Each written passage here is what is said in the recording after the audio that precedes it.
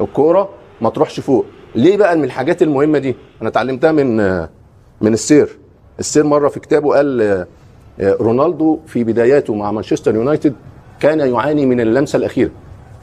فانا شفت الماتشات فرجعت قلت تفصيله معينه، قلت له لما تيجي تفنش ما تفنش بنفس السرعه اللي انت بتجري بيها، ما تفنش بنفس السرعه اللي انت بتجري بيها. يعني مثلا بتجري ب 30 مثلا، سرعتك 30، ازز السرعه شويه. قبل ما تيجي تضرب الكوره او تسدد الكوره لازم تنزل ل 20 او 25. فسالوا ليه؟ قال له عشان تدي كنترول لجسمك فيبقى الدقه اعلى. فهي الحاجات الصغيره دي يا كابتن محمد، التفاصيل دي بتاعت مدربين، مش بتاعت موهبه بس. وموهبه وتدريب. انا مثلا عندي مشكله معينه فيها، ما حد لازم اكتر مني خبره هو اللي يقولها لي يساعدني. فالحاجات دي تنقص ليفربول. ليه بقى يا محمد؟ لما تيجي تطور فرق، التطوير بتاع الفرق مش جماعي، التطوير للفرديات. فطالما الفرديات اتطورت المجموعه هتتطور. فعشان تطور فرق لازم تطور فرديات، مش تطور جماعي. ده اللي ينقص أرن سلوت الموسم الثاني، انه لم يطور الفرديات. والصفقات الجديده اللي جت للفريق هي مفيده. محمد هي مفيده. اكمل دي عشان الحاجه اللي هم وصلت. أوكي. فهو يا كابتن محمد الصفقات اللي الجديده دي لخبطته لانها صفقات حلوه بس لاعبين باسلوب مختلف. واعلى من امكانيات فكر المدرب. السكواد ده عاوز مدرب اعلى من ارن سلوت. هو محمد انا اعتقد انه التطور الفردي يبدا بتطور جماعي، وهو اللي ينعكس على الاداء الفردي، على التطور الفردي. ايهما اسهل؟ التطور الجماعي. لا شوف، انا تشتغل على الاثنين. تشتغل على العمل الجماعي. لكن في لاعبين يشتغلون بشكل فردي. محمد التطور، نتذكر صلاح في روما تطور. نعم سباليتي يشتغل عليه على مستوى فردي من ناحيه الانهاء. لكن شوف المدربين كلهم، اغلب المدربين يعملون اول شيء التطور الجماعي للاداء الفريق، ومن بعد ذلك هو شيء طبيعي ياتي بشكل طبيعي تاثيره وينعكس على اداء الفردي. هديك مثال حلو. محمد البدر دلوقتي عاوز يطور الاستديو. احنا الموجودين احنا الثلاثه. لا احنا ممكن نطور، انت وكابتن وصلت اخرك يعني. ما اعتقد في مجال زياده للتطور يعني. ايوه اسال يا كابتن محمد. ايوه يجيبك انت هيطورك، بس انت ما شاء الله. لا انا بيطورني. لا انا بالعكس انا عندي هامش تطور الحمد لله موجود. احنا لسه بنتعلم. انت كابتن صعب يعني. انت واحد اللي بيطورك بيتعب يا كابتن. فيجي يقول لك ايه؟ هيطورك انت محمد شويه، انت شويه، انا شويه، انما مش لازم الثلاثه نيجي صح. بس لحظه، احنا ممكن يطورنا احنا نداوم. انت ما راح يطورك انك ما تداوم اصلا. انا تداوم مره في زوروني كل سنه مره. انا ما اقدرش اسيب الشيخ عبد الرشيد الصراحه في رمضان. الشيخ عبد الرشيد الله يبارك له ويحفظه. حاجه يا كابتن محمد، احنا بقى لنا 11 شهر بنغذي الجسد، عاوزين في الشهر ده نغذي الروح. ما الروح الانسان روح وجسد طبعا. فالشيخ عبد الرشيد بيغذيك عشان تكمل ال 11 شهر. بس واضح ان غذاك صح لانك جاي ما شاء الله مندفع. هو ما شاء الله عليه. هو الصراحه يا كابتن محمد القران تصلي وراه، تسمع القران باختلاف ومفهوم مختلف. الله يتقبل. فالله يبارك له ويحفظه واولاده ما شاء الله نفس النهج. ودي من الحاجات الحلوه الحمد لله. الحاجات حلوه كتيره قوي في قطر، ربنا سبحانه وتعالى يديم عليها الامن والايمان والاستقرار ويحفظها. دي الحاجات الحلوه اللي انا لما جيت قطر ان انا صليت ورا الشيخ عبد الرشيد. الشيخ عبد الرشيد ده حاجه مدرسه تخليك تميل لفهم القرآن بحاجات مختلفة. بس أقول لك اختلاف واضح بين الشيخ عبد الرشيد صوفي بين ليفربول، انه الشيخ صوفي لين الدقائق الاخيره محافظ على مستوى عكس ليفربول. بس ليفربول يسجل في مرمى في الدقائق الاخيره. هو ما صلاش وراء الشيخ محمد يا كابتن يوسف خلينا في ليفربول. ليفربول يا كابتن خلينا في ليفربول. بس هقول لك حاجه مهمه، انه ليفربول سجل فيه اهداف كثيره في الدقائق الاخيره.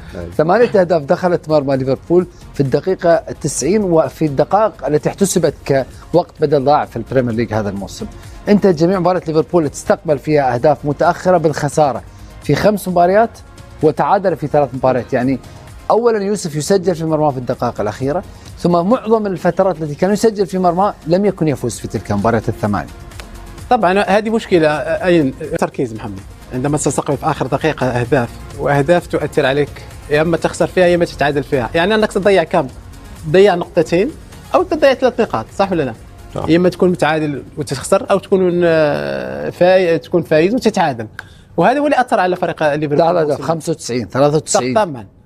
انا مع عمليه ذهنيه محمد، والاخطاء الدفاعيه من أسوأ الاخطاء ومن أسوأ الدفاع الموسم هذا فريق ليفربول، خصوصا ثنائيه كوناتي وفان دايك. فان دايك مستواه متراجع بشكل كبير جدا، ليس فان دايك اللي شاهدناه من المواسم الاولى لفريق ليفربول. ما اعرف يوسف الاخطاء الفرديه اللي كان يعملها محمد، ليس فقط الجماعيه في عمليه الصعود او الخروج او عدم التمركز، لكن الاخطاء الفرديه احيانا 1 ضد 1، ثانيا بعض الاحيان في عمليه تمرير يضيع تمرير، وهذه الاشياء كلها تاتي بشكل سلبي وعكسي على فريق ليفربول. طيب صلاح يغيب عن هذه المباراه. انا قرات اليوم تصريحات سونس عن صلاح، ذكر كابتن محمد بان معظم اللاعبين في كره القدم في السن 33 او 34، ذكر نوعين من اللاعبين، قال هناك مجموعه من اللاعبين تنهار تماما عند هذا السن بتراجع مخيف جدا المستوى، وهناك من يبدا بالتراجع بشكل تدريجي، وذكر بأن صلاح من النوع الأول اللي في هذا السن سينهار بشكل مفاجئ وعليه أن يرحل في نهاية هذا الموسم. لا أتفق، هو لسه عنده ما شاء الله سنتين في الليفل العالي، بس هو لازم يتأقلم. ليه يا كابتن محمد؟ لأن كل ما الإنسان بيكبر في السن كل ما محتاج يتأقلم مع التغييرات اللي بتحصل له في جسمه. العقل عشان يتأقلم مع التغييرات اللي بتحصل له في جسمه محتاج وقت. هو الآن يعيش هذه الفترة، هو عقله مع انه قدم مباراه ممتازه. ايوه لا طبعا مع الثاني بتاع جلطة سراي سجل صنع. وهقول لي كان كويس لانه كان في مناطق قريبه من مرمى جلطة سراي، فلازم ما تلعبوش جناح خط مش زي الاول، لان هو سرعته قلت وبعدين المدافعين على الخط ممكن هيجد صعوبه في عمليه 1 ضد 1، فانت تعمل ايه كمدرب يا محمد؟ تقربه، تدخله في عمق الملعب، تقربه من مرمى المنافسين في العمق عشان يبقى خطر، لان بس هو هذا كابتن يحتاج ادوار اكبر من الظهير الايمن ومن لاعبي الارتكاز واسلوب مختلف للبلاي ميكر اللي هو جابه اللي هو فيرتس. ايوه انا هقول لك ليه يا كابتن محمد، لما يلعب في العمق ما هو الجون هو وراه مثلا ما يبقاش خط، انا عاوز بقى ارحله ادخله في العمق، لا يلعب 9 وجنبه واحد تاني مهاجم تاني، او يلعب تحت مهاجم وهو تحتيه، لانه خلاص حته بقى الجناح مش طول الوقت في بعض الماتشات، انما في الاغلب لازم يشتغل في العمق الملعب. حاجه تانية هو لازم خاصه بيه العمق، الكوره ما بتوصلكش كتير، فهو لازم يبقى صبور ما يخرجش عن مجريات الماتش. ليه؟ لان هو من نوعيه اللعيبه اللي عاوز الكوره تجيب استمرار، تعود كده. فانا لما كنت العب بالعمق يا محمد ما تزهقش ان الكوره ما تجيلكش كتير، بس لما تجيلك تروح في مناطق تبين فيها خطورتك ومحضر خيارات. ايوه سلام عليك، وردة فعلك تبقى سريعه. عشان الحته دي لازم هو الليفل، عشان يستمر في الليفل ده 2 سنين، وهو عقليا ذهنيا كويس، وزي ما قلت لك التعامل وهو كبير، يقول لك ما هو كبير خبره مش محتاج المدرب، لا ده كل ما اللعيب كان اكتر او وصل لمرحله من الخبره محتاج مدربه كتير. انا كنت عايزه دلوقتي في الفتره دي هو محتاج جوارديولا عشان يطوره، لان زي ما قلت لك يا محمد التغيرات اللي بتبقى في الجسد مع مرور السن والعقل، اللعيب محتاج دليل مرشد ليه. ارن سلوت مرشد مين؟ دليل ليه هيرشده يقول له ايه؟ ولا دليل يقول له ايه؟ فعاوز واحد زي جوارديولا يفهمه او مش يفهمه، يديله الحتة المناطق اللي يقدر يشتغل فيها ويطور لعبه. هو مش محتاج تدريبات بقى زي التحملات لا، هو محتاج بقى ردة فعل سريعة في المساحات الصغيرة، يعني العب 1 2 تشتغل مع اللعيب معاك في المهاجم في العمق عشان يستمر في الليفل العالي، وهو عنده الرغبة انه يستمر، لان المشكلة اللي حصلت له قبل كاس الامم الافريقية عندته، انا هخلص عادي انتوا بقى براحتكم، هخلص عادي وهلعب. فهو بعد كاس الامم اشتغل على طول اساسي وقعد مع المدرب واشتغل. انما زي ما قلت لك يا محمد دي نقاط مهمه عشان تستمر في ليفل العالي 2 سنين، ان انت محتاج تتاقلم مع التغيرات اللي بتحصل لك في جسدك، وشغل مدرب يغير مراكز اللعب اللي انت متعود عليها، مش على الخط، مش على الجناح بس، تشتغل في عمق الملعب، لا تلعب 9 و2 جنبك زي ما بيلعب في المنتخب مع مرموش، او بيلعب ماتش جالاتا سراي مع ايكيتيكي، او تلعب بمهاجم وتحتيه هو يقدر يشتغل. انما حته بقى الجناح مش هيستمر او مش هيبقى احتاجها قوي الا في ماتشات قليله. بس التراجع الواضح كابتن يوسف في مرحله الانهاء، هنا اهداف من مواسم سابقه الفينش عند صلاح كان مذهل، هذا الموسم تراجع بشكل كبير. في نفس الوقت يمكن شاهدنا ليفاندوفسكي مع فريق برشلونه انتشر احيانا المهاجم او لاعب الطرف اللي اعتاد على تسجيل الاهداف عندما يغيب فتره عن تسجيل ربما يدخل في مرحله شك طبعا. او كثره تفكير تؤدي الى هذا التراجع في مساله التسجيل.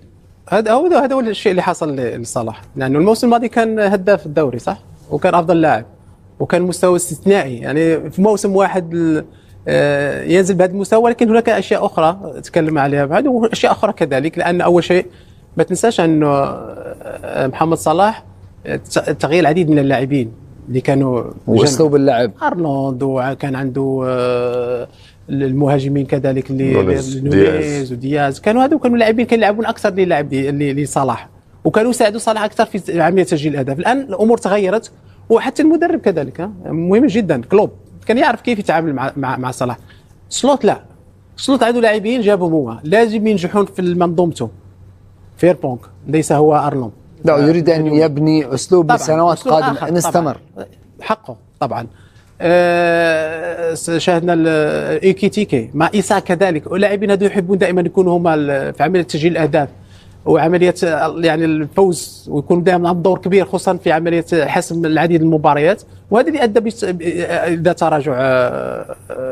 تراجع زياده على فيرتز، وجود فيرتز كذلك، انه انا اشوف اثر على صلاح اكثر مما افاد فريق ليفربول. لاعب مهاري، لاعب مهم، لاعب جيد، لاعب، لكن في عمليه ادخاله في التشكيل وعمليه اعطائه الفرصه واعطاء دور اكبر فريق ليفربول كان على حساب اللاعب صلاح.